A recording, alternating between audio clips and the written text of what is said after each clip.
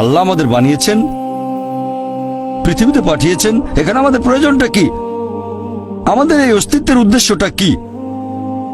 আল্লাহ এর উত্তরে বলেছেন সূরা মুলক অধ্যায় নম্বর 67 আয়াত নম্বর 2। আল্লাহ বলেছেন আল্লাযী খালাকাল মাউতা ওয়াল হায়াতা, যে আল্লাহ সৃষ্টি করেছেন মৃত্যু ও জীবন পরীক্ষার জন্য। কে তোমাদের মধ্যে কর্মে উত্তম? আল্লাহ সৃষ্টি করেছেন জীবন ও মৃত্যু পরীক্ষার জন্য। কে তোমাদের মধ্যে কর্মে উত্তম? আল্লাহ পবিত্র কোরআনে বলেছেন সূরা আলে ইমরান অধ্যায় নম্বর 3 আয়াত 185। আল্লাহ বলেছেন কুল্লু নাফসিন যায়কাতুল মউত, প্রত্যেক জীব মৃত্যুর স্বাদ গ্রহণ করবে, আর চূড়ান্ত বিচার হবে রোজ কিয়ামতের দিনে। যাকে সেদিন দোজখ থেকে রক্ষা করা হবে আর বেহেশতে দাখিল করা হবে, সেই পৃথিবীর উদ্দেশ্য অর্জনে সফল কাম। কারণ এই পার্থিব জীবন ছলনাময় ভোগ ব্যতীত আর কিছুই নয়। তার মানে এই পৃথিবীতে আমাদের ইহকাল, এটা পরকালের জন্য একটা পরীক্ষা। যদি আল্লাহ সুবহানাহু ওয়া তাআলার আদেশগুলো মেনে চলেন, তাহলে পরকালের জীবনে বেহেশতে যেতে পারবেন, আর আদেশগুলো না মানলে বেহেশতে যেতে পারবেন না, দোজখে যাবেন। তাহলে এই জীবন আমাদের অস্তিত্বের পেছনের উদ্দেশ্য। আল্লাহ বলছেন পরকালের জন্য পরীক্ষা। আর আল্লাহ পবিত্র কোরআনে বলেছেন সূরা আনকাবুত অধ্যায় নম্বর 29 আয়াত নম্বর 2 যে তোমরা কি মনে করো আমরা ঈমান এনেছি এটা বললেই তোমাদের ছেড়ে দেওয়া হবে? তোমাদের অবশ্যই পরীক্ষা নেব। যদি শুধু মুখে বলেন আল্লাহকে বিশ্বাস করি, আমি একজন মুসলিম, আমি একজন মুমিন, এটা বললেই আল্লাহ ছেড়ে দেবেন? এখানেই পরীক্ষা শেষ? আল্লাহ বলছেন তোমরা জানো না আমি পরীক্ষা করব? শুধু বললেন আমি একজন মুসলিম, শুধু মুখে বললেন আমি বিশ্বাসী, মুখে বললেন আমি আল্লাহর কাছে নিজের ইচ্ছাকে সমর্পণ করি, তাহলে আপনাকে ছেড়ে দেওয়া হবে না। আল্লাহ অবশ্যই পরীক্ষা করবেন। আল্লাহ পবিত্র কোরআনে বলেছেন সূরা বাকারা অধ্যায় নম্বর 2 আয়াত নম্বর 155 আমি অবশ্যই তোমাদের পরীক্ষা করব ক্ষুধার ভয় দিয়ে, জীবন আর ধন সম্পদের ক্ষয়ক্ষতি দিয়ে এবং ফল ও ফসলের ক্ষয়ক্ষতি দিয়ে। আর শুভ সংবাদ দাও তাদের যারা ধৈর্যশীল। আল্লাহ সবাইকে পরীক্ষা করবেন ভয় দিয়ে, ক্ষুধা দিয়ে, জীবন আর ধন সম্পদের ক্ষয়ক্ষতি দিয়ে, ফল ফসলের ক্ষয়ক্ষতি দিয়ে। আল্লাহ অবশ্যই পরীক্ষা করবেন। আর আল্লাহ এক একজনকে এক একভাবে পরীক্ষা করেন। আল্লাহ পবিত্র কোরআনে বলেছেন সূরা আনাম অধ্যায় নম্বর 6 আয়াত নম্বর 165। আল্লাহ বলেছেন যে তিনি কিছু মানুষকে অন্যদের তুলনায় বেশি মর্যাদা দান করেছেন। আল্লাহ সুবহানাহু ওয়া তাআলা কিছু মানুষকে অন্য মানুষদের তুলনায় বেশি মর্যাদা দিয়েছেন। আল্লাহ কোরআনে বলেছেন সূরা নাহল অধ্যায় নম্বর 16 আয়াত নম্বর 71 যে তিনি কিছু মানুষকে অন্য মানুষের তুলনায় শ্রেষ্ঠত্ব দান করেছেন। আল্লাহ এই কথা আবারও বলেছেন সূরা আনাম অধ্যায় নম্বর 6 আয়াত নম্বর 165 যে আল্লাহ সুবহানাহু ওয়া তাআলা কিছু মানুষকে অন্যদের তুলনায় বেশি মর্যাদায় উন্নীত করেছেন, আর তিনি যা দিয়েছেন তার ভিত্তিতেই তোমাদের বিচার করা হবে। এখানে অনেক লোকজন এভাবে প্রশ্ন করে আল্লাহ তাআলা এখানে সুবিচার করবেন কিভাবে?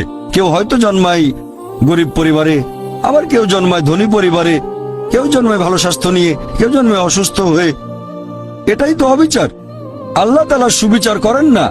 তিনি এইসব আলাদা মানুষের জন্য আলাদা বিচার করবেন কিভাবে? আমরা জানি যে পার্থিব জীবনে আছে জন্ম আর মৃত্যু, বিভিন্ন অসুখ হতে পারে, কেউ গরিব কেউ ধনী, এই সবই আসলে পরীক্ষা।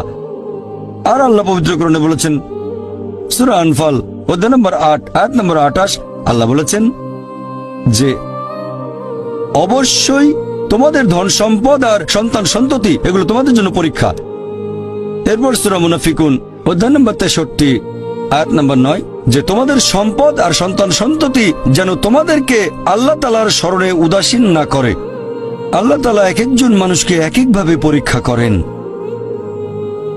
আপনি যদি কাউকে জিজ্ঞেস করেন যে ভালো কাজগুলো কি কি আর ভালো কাজগুলো কি, এই ব্যাপারে আস্তিক নাস্তিক সব ধরনের মানুষই তখন বলবে ভালো কাজ হচ্ছে দান করা, নিজে সন্তুষ্ট থাকা। কয়েকটা ভালো কাজের কথা বললে দান খয়রাত থাকবে। এখন একজন মানুষ পরোপকারী কি না সেটা আল্লাহ কিভাবে পরীক্ষা করবেন? কিন্তু সবার সম্পদ যদি সমান থাকে, পরীক্ষার ব্যাপারটা তাহলে আসবে কিভাবে? পরীক্ষা তখনই নেওয়া যাবে যখন কেউ হবে ধনী আর কেউ হবে গরিব। তাই আল্লাহ তাআলা এক একজনকে এক একভাবে পরীক্ষা করেন। হয়তো কেউ জন্ম নিয়েছে ধনী পরিবারে, তাই সম্পদ অনেক বেশি, আবার কেউ জন্মায় গরিব হয়ে। তবে যে লোকটা ধনী, ইসলামিক শরিয়া অনুযায়ী ইসলাম ধর্মের একটা স্তম্ভ হচ্ছে যাকাত, যে প্রত্যেক ধনী লোক যাদের সঞ্চয় নিসাব লেভেলের উপরে 85 গ্রাম স্বর্ণ সে প্রতি হিজরি বছরে সেই সঞ্চয়ের 2.5% জাকাত হিসেবে দান করে দেবে। সেই লোক হতে পারে লাখপতি, হতে পারে কোটিপতি। যদি সে ঠিকমতো জাকাত দেয় তাহলে সে পাবে 5 নম্বর। হয়তো সে পুরো জাকাত দিল না, সামান্য কিছু অংশ দান করলো, যা দেওয়ার কথা তার 20% দিল, যেটা দেওয়া উচিত তার সামান্য অংশ দিল, তাহলে সে ফেল করবে। আবার কেউ হয়তো জাকাতই দেবে না, একেবারে শূন্য। আর গরিব লোককে কোনো জাকাত দিতে হবে না, সে পাবে ফুল নাম্বার। কিন্তু আমরা মানুষরা এভাবে বলি, আহা বেচারা লোকটা খুব গরিব, এই লোকটার জীবনে শুধু সমস্যা আর সমস্যা। আর ধনীদের দেখে আমরা মুগ্ধ হই। আমাদের প্রিয় নবী বলেছেন যে একজন ধনী লোকের বেহেশতে প্রবেশ করা গরিবের চেয়ে অনেক বেশি কঠিন। আর পবিত্র কোরআন বলছে, সূরা আনফাল অধ্যায় নম্বর 8 আয়াত নম্বর 28, ধন সম্পদ তোমাদের জন্য পরীক্ষা, এটা পরীক্ষা। আমরা বোকা তাই এভাবে চিন্তা করি যে এই লোকটার অনেক টাকা, আল্লাহ অনেক রহমত দিয়েছেন, এটা একটা পরীক্ষা।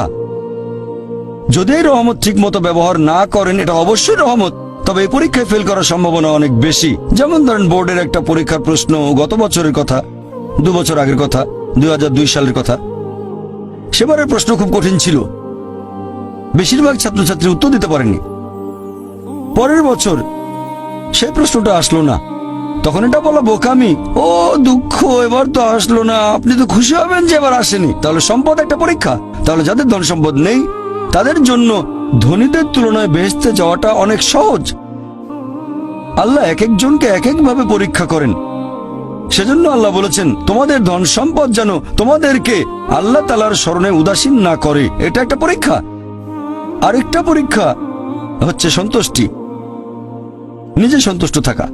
আর আমাদের নবী মুহাম্মদ সাল্লাল্লাহু আলাইহি ওয়াসাল্লাম বলেছেন, এটা আছে সহিহ বুখারীতে, খণ্ড নম্বর 8 হাদিস নম্বর 447। নবী বলেছেন, যদি কারো কাছে একটা পর্বত সমান স্বর্ণ থাকে, সে এরকম আরেকটা চায়। যদি কারো কাছে 1 পাহাড় স্বর্ণ থাকে, তারপরও সে আরেকটা স্বর্ণের পাহাড় চায়। আর সর্বশেষে তার মুখগহ্বর পূর্ণ হয় কবরের মাটি দিয়ে।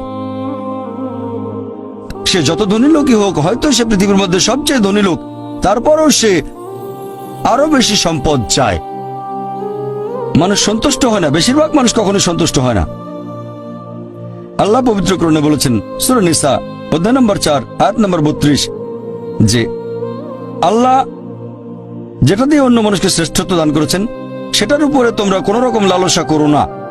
এভাবে বলবেন না যে, হে আল্লাহ তুমি অমুককে অনেক সম্পদ দিয়েছো, অমুককে অনেক সুন্দর একটা গাড়ি দিয়েছো। এমন কিছু আল্লাহর কাছে চাইবেন না যেটা অন্য কাউকে আল্লাহ দিয়েছেন। এতে লোকসান হবে আপনার। আর আমাদের প্রিয় নবী মুহাম্মদ সাল্লাল্লাহু আলাইহি সাল্লাম বলেছেন, এটা আছে সহিহ বুখারীতে, খণ্ড নম্বর 4, আমাদের নবী বলেছেন যে সেই লোকদের দেখো যাদের ভাগ্য তোমার চেয়ে খারাপ। সেই সব লোককে দেখো না যারা তোমার চেয়ে বেশি ভাগ্যবান। তা না হলে তোমরা আল্লাহ তাআলাকে স্মরণ করায় অবহেলা করতে পারো, তা না হলে প্রতিপালকের প্রতি অকৃতজ্ঞ হয়ে যেতে পারো। তাহলে নবী বলেছেন, তাদেরকে দেখো যাদের ভাগ্য খারাপ। তখন আপনি বলছেন, আচ্ছা এই লোকটার তো কোনো গাড়ি নেই, আমার একটা মারুতি অন্তত আছে। তাকে দেখবেন না যারা সে মার্সিডিজ, ও আমার মার্সিডিজ নেই কেন, ওই লোকের গাড়ি নেই, আমার তো একটা আছে। আপনি আল্লাহকে ধন্যবাদ জানাবেন। যখন মার্সিডিজ গাড়ির মালিকের সাথে নিজেকে তুলনা করবেন, ও আমার কেন মার্সিডিজ গাড়ি দিলেন না, তাদেরকে দেখবেন যাদের ভাগ্য খারাপ। তাহলে আপনি আল্লাহ সুবহানাহু ওয়া তাআলাকে স্মরণ করছেন। আর এটাই বৈশিষ্ট্য মানুষের। এরকম একটা গল্প যে এক লোকের মনে অনেক দুঃখ, কারণ তার কোনো জুতো নেই। তারপরে সে একটা লোককে দেখলো যার একটা পাই নেই। লোকটা অভিযোগ করতো আল্লাহর কাছে যে জুতো নেই, আল্লাহর কাছে অভিযোগ করতো আমার কোনো জুতো নেই। তারপর সেই লোকটাকে দেখলো যার একটা পা নেই, তখন সে আল্লাহকে ধন্যবাদ জানালো, আমার অন্তত 2টো পা আছে। তাহলে সন্তুষ্ট হওয়া একটা পরীক্ষা। আমাদের নবী মুহাম্মদ সাল্লাল্লাহু আলাইহি ওয়াসাল্লাম বলেছেন, এটা আছে সহিহ বুখারীতে, খণ্ড নম্বর 8, যে সত্যিকারের সম্পদ হচ্ছে সন্তুষ্ট হওয়া, ধন সম্পত্তি নয়। সত্যিকারের সম্পদ হলো সন্তুষ্ট হওয়া, পরিতুষ্ট হওয়া। আপনার যা কিছু আছে সেটার জন্য বলবেন আলহামদুলিল্লাহ, সকল প্রশংসা আল্লাহর। তাহলে হবেন সত্যিকারের মুমিন, হবেন সত্যিকারের বিশ্বাসী, হবেন সত্যিকারের মুসলিম, সন্তুষ্ট থাকবেন। অনেকে এভাবে বলে যে কোন কারণে আল্লাহ সুবহানাহু ওয়া তাআলা কিছু মানুষকে জন্ম থেকেই বানিয়েছেন স্বাস্থ্যবান, কিছু মানুষকে আল্লাহ সুস্বাস্থ্য দেন, আর কেউ জন্মায় অসুখ বিসুখ নিয়েই, হয়তো বংশগত কোনো রোগ, হার্ট ডিজিজ, কেউ বা জন্মায় বিকলাঙ্গ হয়ে। আল্লাহ কি অবিচার করছেন? আল্লাহ পবিত্র কোরআনে বলেছেন সূরা নিসা অধ্যায় নম্বর 4 আয়াত 40, আল্লাহ সুবহানাহু ওয়া তাআলা কারোর সাথে অনুপরিমাণে জুলুম করেন না। এটা একটা পরীক্ষা। আল্লাহ এক একজনকে এক এক ভাবে পরীক্ষা করেন। এরকম হতে পারে যে শিশু এখন জন্মাচ্ছে, সেই সময় মাসুম নিষ্পাপ, তার কোনো দোষ নেই। আর পবিত্র কোরআন বলছে সূরা আনফাল অধ্যায় নম্বর 8 আয়াত নম্বর 28 যে তোমাদের ধন সম্পদ আর সন্তান সন্ততি তোমাদের জন্য পরীক্ষা। আল্লাহ কথাটা আবারও বলেছেন অধ্যায় নম্বর 63 আয়াত নম্বর 9 যে তোমাদের ধন সম্পদ সন্তান সন্ততি তোমাদেরকে যেন আল্লাহ তাআলার স্মরণে উদাসীন না করে। এরকম হতে পারে যে পরীক্ষা নেওয়া হচ্ছে বাবা মার, এটা বাবা মার জন্য পরীক্ষা। এরপর আপনারা দেখবেন যখন কোনো মানুষের উপর বিপর্যয় আসে, সেটা হয় পরীক্ষা অথবা একটা শাস্তি। যে লোকগুলো আল্লাহ তাআলার পথ থেকে দূরে সরে গেছে তাদের জন্য এটা শাস্তি, আর যারা আল্লাহর পথে আছে তাদের জন্য পরীক্ষা। হতে পারে যে বাবা মা খুব ভালো মুসলিম, 5 ওয়াক্ত নামাজ পড়েন, হয়তো যাকাত দিয়েছেন, হজ পালন করেন, রমজান মাসে রোজা রাখেন, আল্লাহ তাদের একটা সন্তান দিলেন জন্ম থেকে যার হার্টে সমস্যা। সত্যিকারের মুসলিম, সত্যিকারের মুমিন বলবে আলহামদুলিল্লাহ, আল্লাহ তাআলা তোমাকে অনেক ধন্যবাদ। আল্লাহ তাদের পরীক্ষা করছেন।